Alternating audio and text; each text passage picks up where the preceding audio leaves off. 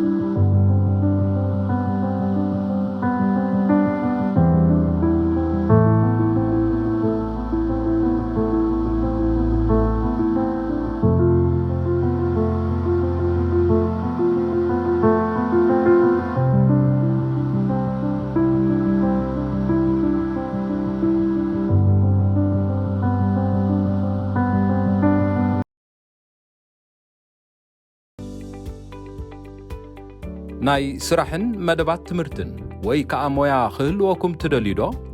እምበር ንጠለባት ምርካብ ስራሕ ሞያን ወይ እውን ትምህርቲ ኣብ ምርካብ ዝተሓባበረኩም ትካል ኬርማ ሪክሪተር ኢና ኣለኩም። በዚ ትርእይዎ ዘለኹም ኣድራሻ ብምጥቃም ክትረኽቡና ከም ትኽእሉ ብሓጎስ ንዕድመኩም። ኬርማ ሪክሪተር